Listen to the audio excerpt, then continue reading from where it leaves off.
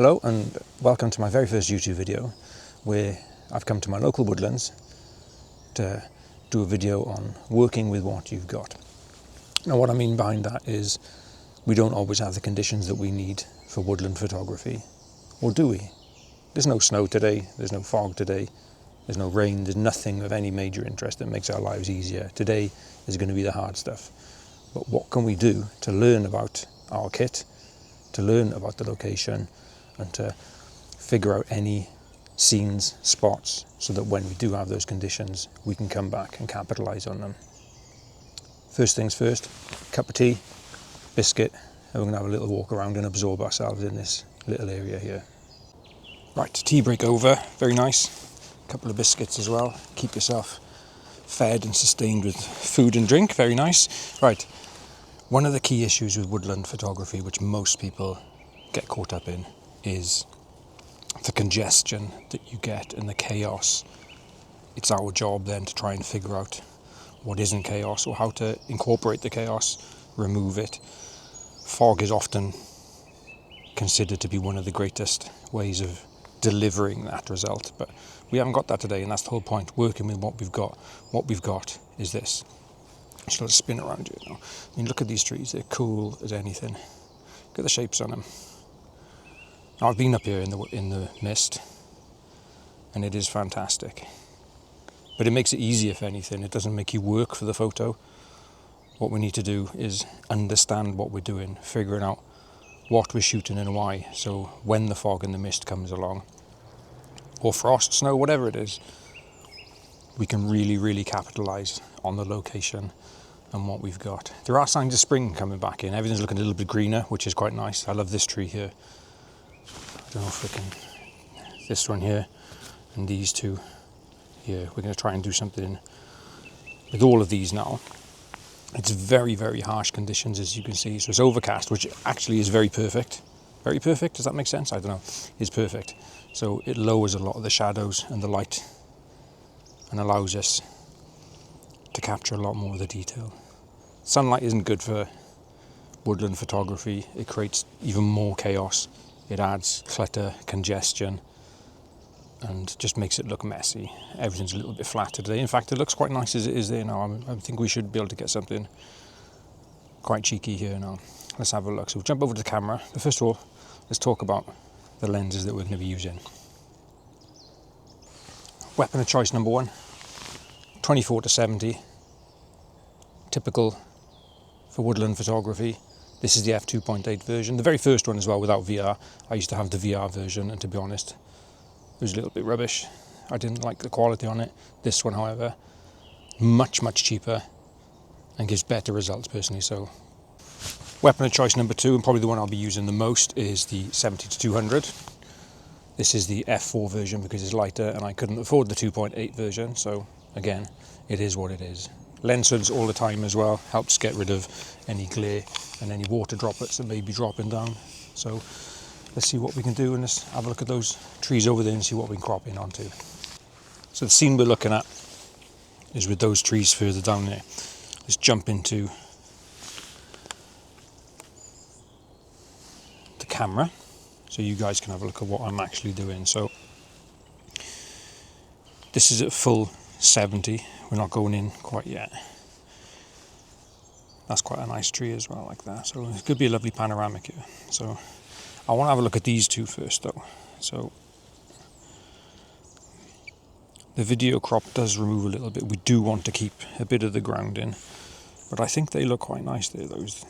Again, removing the distractions by bringing everything closer to us. This is what, we don't want to go too far because we're going to lose everything. Even though the detail is very nice. I want to keep the footage of the trees nice and tight. I like that bit at the bottom there as well. So we'll give that a go, see what we can get. And then maybe in post we can do something that allows the conditions. That looks really nice. So we're shooting at f11, we might push that up to 16 just to make sure. ISO 640, that gives us a shot time 1/10 of a second. You want a tripod, it doesn't really matter whatsoever. Let's give it a go. I'm going to bracket as well because you've got lots of harsh conditions there, lots of darks and lights. It is okay, but let's give it a go. Let's see what we can come up with.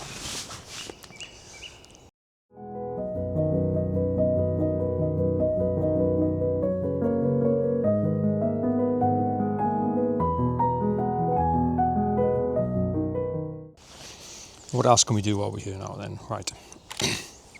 So we know we like those trees. We've got something in the can for that. Now look at that. So this is good because you get the rule of thirds. That's nice. Now there is a bit of depth, but I think that's lost with the compression of this. So we're shooting not too high. So we're almost going all the way back out to 70, which I think is probably spot on there. So what we'll do, we'll take this, see what we can do with that as well in post. I think we've got two nice shots here. Will they be keepers? Who knows? Let's wait and see. Let's just take them. Shoot, shoot, shoot. This is the whole point of working with what you've got.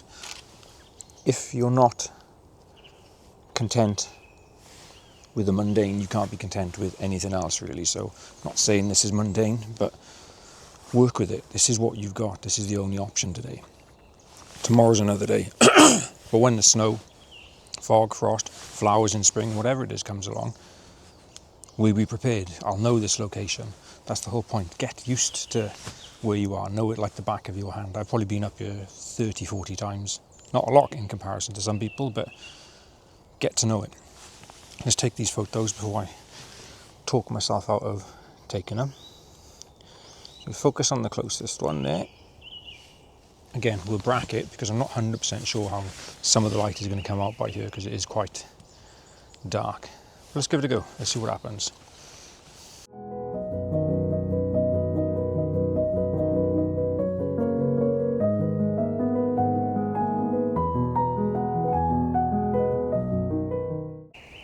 We'll make our way over to the other side of the woods now because I don't think there's much more I can do there. But I want to point these three out here now. These have been the bane of my life because I want to do something with them because, well, I have done something with them, but not really what I want. I mean, look at the shape on them. How cool is that? All these broken bits, all the moss. This here, how cool is that? And this one in the middle, and the path leading up. Awesome. But like I said, that's the whole point of working with what you've got. Know the area, get your feet on the floor, get ready for when the conditions are good. So I know if it snows, if we get fog, I can be up here and take something. Hopefully, that's a keeper. Anyway, let's go around to the other side and have a look what we can do around there. So I've just stopped here now on my way around because I want to show you I probably walked past this tree God knows how many times, yet I've not noticed the detail on the bark. I mean, maybe the detail on the bark wasn't there before, who knows. But look at that, awesome textures.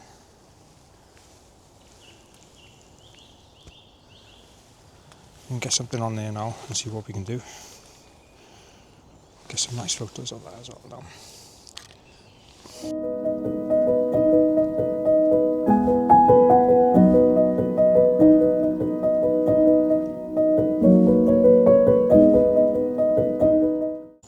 So I'm at the other end of the woods and there's some nice trees by here. It's so difficult though, the congestion and the craziness that's going on. It's these three in the background here. These, so let's jump in camera and take a look. Switch back to me there, right. So what we're going to do, right, so look at that, it looks really cool. I like it. Zoom in a bit more. Breathing space is very important, but so is making sure that as many distractions are out as possible. So what I like about this is the shapes it's throwing out. You've got the one here going all the way over here, then you've got these sort of coming in. It's just I think it's naturally very nice. There's lots of crossovers. I've moved around today to try and have a look and see if I can get anything not crossing over, but it's just a bit too difficult. So we're going to go with what we've got. By the way, I don't know if you noticed, I'm using a geared hedge here. It makes life so much. I mean, look at that. You can just do that one-handed, job done. Ball heads, waste of time if you ask me. Just personal preference. To figure out for yourselves, but highly recommend getting a geared head if you can find one. Second hand, good price. Right, let's take this shot and see what we can do. May need to do a stack here because it's quite in depth. We see that there. Let's have a look, shall we? So I'm shooting f16, should be good enough to get the depth that I need, but if not, we'll do a couple just to make sure everything's sharp. So I should bracket that as well. Let's have a look. Are they? No, I don't think we need to stack. That's absolutely fine. I haven't got my glasses on, but that looks fine enough to me. So that's what we're getting there. Looks quite nice. Let's see what we can do. Anyway, I'm going to go back now and process some of these and add them to the video. I hope, if you're still watching, that you've had an enjoyable time. I appreciate, being my first video, that it's possibly a little bit choppy, a little bit disjointed, lacks a little bit of structure. But the first one's always the hardest, isn't it? Anyway, I will be making more seascapes, long exposures, big fan of them, love them. But let's see where we go from it. Thank you very much yet again. Please like, comment, subscribe, all that. And I'll see you next time. Thank you.